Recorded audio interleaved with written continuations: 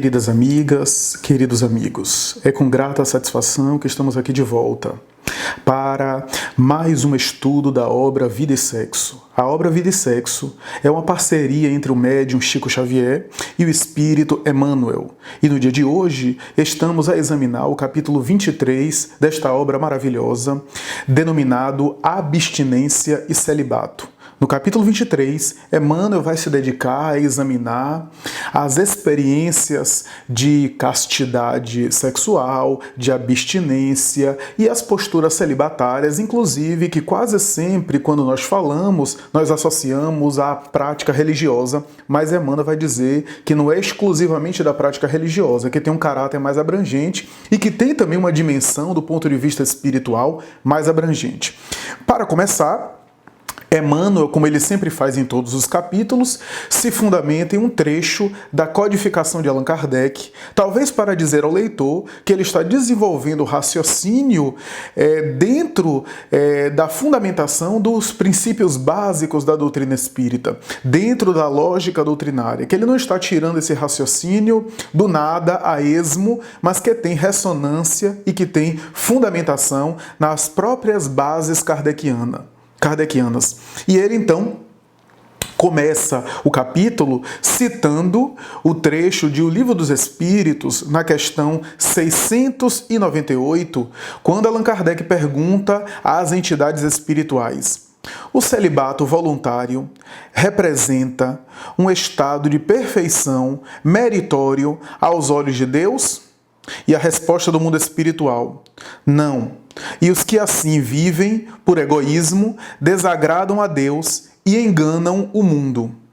Allan Kardec volta e pergunta na 699, questão que também Emmanuel destaca: da parte de certas pessoas, o celibato não será um sacrifício que fazem com o fim de se votarem de modo mais completo ao serviço da humanidade?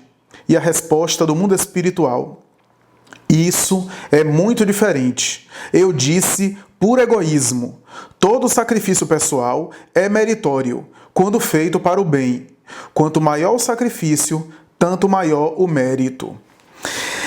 Emmanuel destaca, portanto, as questões mais importantes a respeito do assunto de O Livro dos Espíritos. Se existe algum trecho da codificação que aborda a questão do celibato, são essas duas questões. Basicamente, são essas duas questões que abordam de maneira frontal, de maneira explícita, a questão do celibato. Não iremos encontrar, até onde eu me recorde, não iremos encontrar em nenhum outro trecho da codificação uma abordagem tão direta a experiência da abstinência sexual, da vivência celibatária. E aí Emmanuel, a partir daí, ele vai dizer que, em termos gerais, sempre levando em consideração o aspecto espiritual da questão, porque toda a obra Vida e Sexo é um exame de aspectos espirituais de temas variados, que há dois modelos ou dois tipos de experiências. Emmanuel diz que são duas faixas de experiências nas quais se encontram espíritos em celibato. Em uma delas, existe aqueles espíritos que escolhem voluntariamente, ou seja, não necessitam passar pelo regime, pela dieta, pela limitação até da vivência celibatária, mas escolhem voluntariamente em função de determinada tarefa, de um tipo de tarefa que vai abraçar no mundo. Então escolhe antes do berço para reencarnar e viver por algum motivo a experiência celibatária, ou pelo menos se planeja para isso, né? Se programa para isso antes do berço. Então esses espíritos são espíritos amadurecidos, espíritos mais desenvolvidos e até espíritos missionários. E o segundo tipo de experiência, a segunda modalidade de experiência, que são os espíritos que, citado por Emmanuel, são impostos. Portanto, vive uma imposição da lei e da vida por uma necessidade de reajuste, de correção, de educação sexual, de limitação, de contenção pelos excessos de outra ordem, e de outras experiências, a vivência do celibatário ou de determinados impedimentos que fazem com que os indivíduos não vivam a experiência sexual, não vivenciem a vida sexual. Então são dois tipos de experiência: aqueles que escolhem deliberadamente, que têm toda a condição de viver uma vida monogâmica, uma vivência de relação a dois, um tipo de experiência na qual eles vão se plenificar e se satisfazer sexualmente, afetivamente, numa vivência a dois, e escolhem essa renúncia por determinado tipo de tarefa no mundo que vão desempenhar, tarefa essa que seria incompatível com a vida, por exemplo, matrimonial, uma vida conjugal. E o segundo tipo de espíritos, que são espíritos mais em prova, e que Emmanuel diz o seguinte: experimentam inibições diversas. Inibições diversas. E aqui a gente vai começar a abordar primeiro esse tipo de espírito, esses casos específicos, que são casos provacionais. Bem se vê na colocação de Emmanuel que ele está se referindo a casos provacionais. Limitações ou inibições diversas dizem respeito a essas limitações que o espírito enverga na experiência reencarnatória, seja numa limitação física que os impedem de viver a vida sexual. Nós temos aí a frigidez feminina, a impotência masculina. Estamos citando aqui os casos gerais, as questões e os quadros mais conhecidos, mas tem determinadas limitações físicas, orgânicas e psicológicas para a vivência sexual, limitações afetivas. O indivíduo vem bloqueado afetivamente, não tem determinadas habilidades e competências para interagir com os outros, então acaba ficando isolado da vida afetiva, da vida amorosa, Tem determinados bloqueios sociais que os impedem, por exemplo, de interagir e de conhecer pessoas, e de ser conhecido, e de estabelecer relações amorosas, relações afetivas. Estamos falando também dessas características, digamos assim, psicossocial, que tem a ver com essas características, porque o indivíduo às vezes volta com bloqueios, com impedimentos, com uma inibição muito grande, que os impedem de até interagir socialmente, de até se manifestar, mesmo hoje nas chamadas redes sociais. Então, às vezes o indivíduo fica averso, ou resistente, ou isolado, ou afastado da sociedade. São casos provacionais em que os espíritos experimentam angústias, desafios muito grandes nessa área, experimentam aquilo que o espírito Joana de Ângeles chama de karma de solidão. É uma mensagem belíssima de Joana de Ângeles, se não me falha a memória, está no livrinho de mensagem chamado Viver e Amar. Uma mensagem belíssima, uma das mais belas mensagens sobre o assunto, onde Joana de Ângeles vai dizer que o espírito vem com determinada consciência de culpa em face de vivências afetivas desordenadas do passado que geraram determinadas inibições emocionais. Então o indivíduo até encontra parceiros para sexo, vivência sexual, mas carrega determinados impedimentos na consciência que os impedem de concretizar, por exemplo, a experiência do matrimônio, a vida a dois, a constituição de família, experimentando aquilo que ela diz e que ela chama karma de solidão. A ponto de os indivíduos buscarem afetos a princípio para depois se sentirem incomodados e fugirem para a solidão. Resistirem ao contato mais íntimo, mais próximo e voltarem para a solidão. E ela diz na mensagem, porque a tua consciência sabe que necessitas regularizar.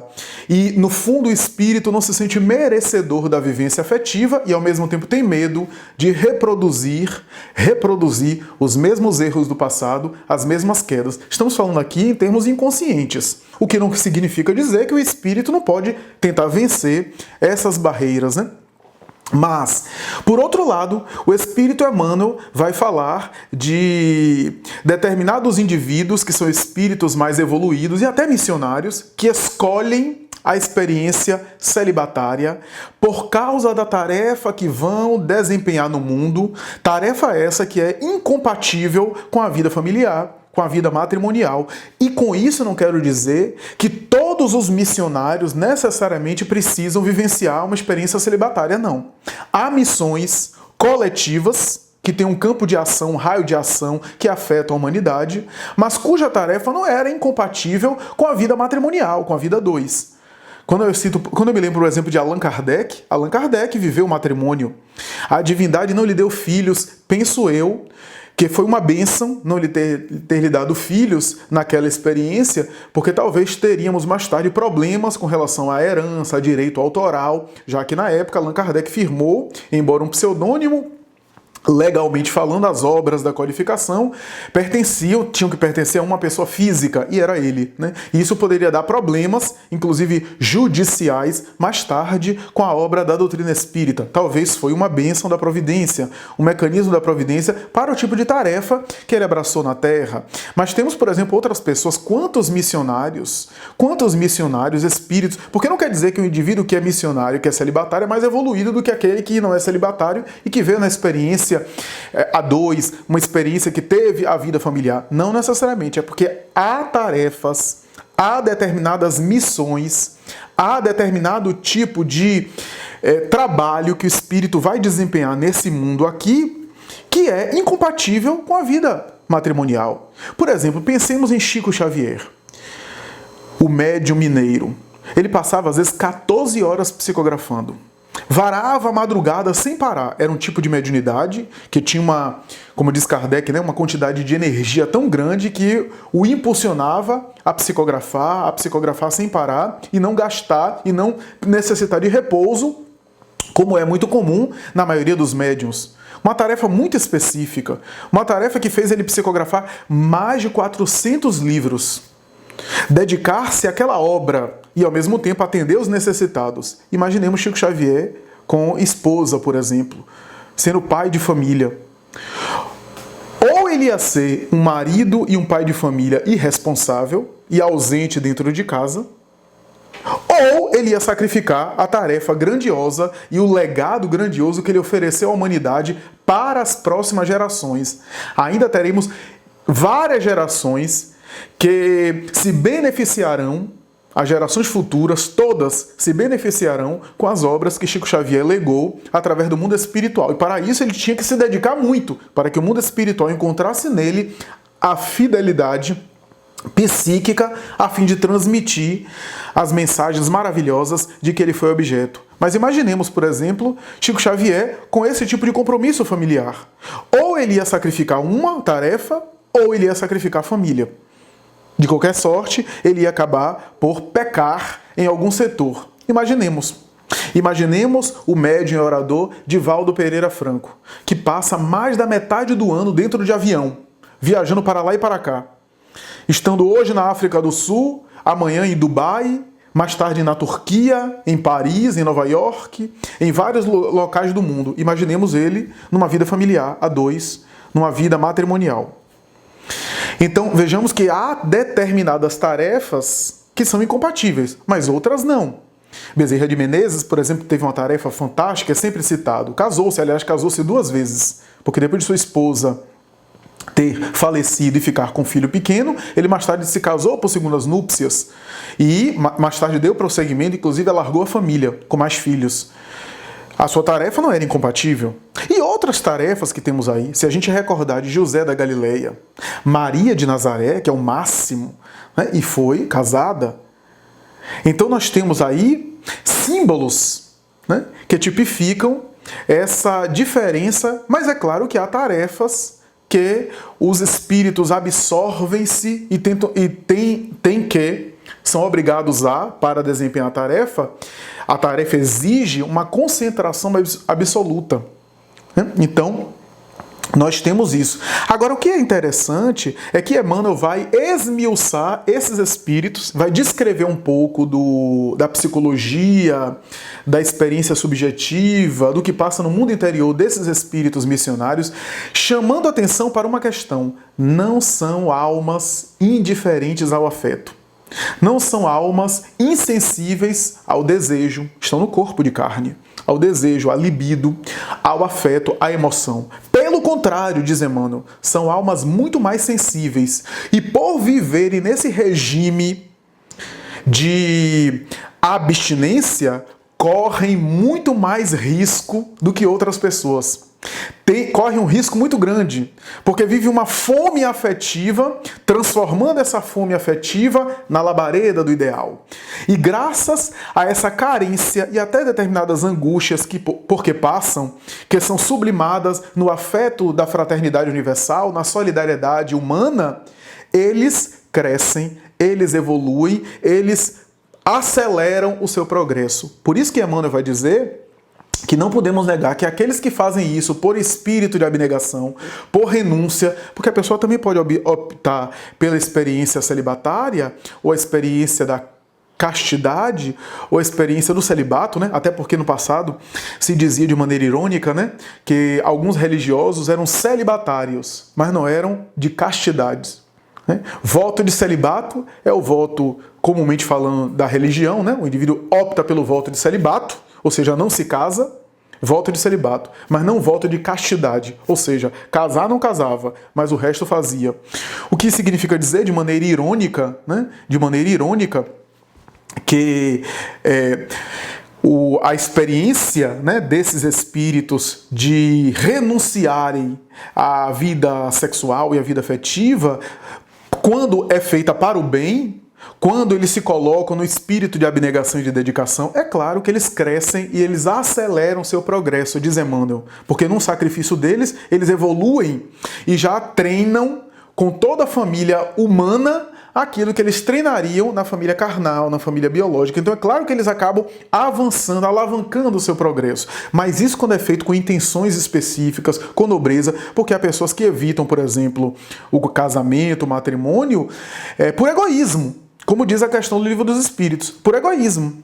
Para evitar, por exemplo, os compromissos familiares, a vida monogâmica, compromissos financeiros, né? A mulher não, por exemplo, viver a experiência matrimonial, porque na experiência matrimonial também há um convite à superação do egoísmo, né? O indivíduo, em vez de ser individualista e ter só as suas coisas, só a sua vida, ele agora precisa viver a experiência a dois e, de qualquer forma, ele precisa ceder. Ele não tem mais a total autonomia, ou pelo menos a autonomia de solteiro.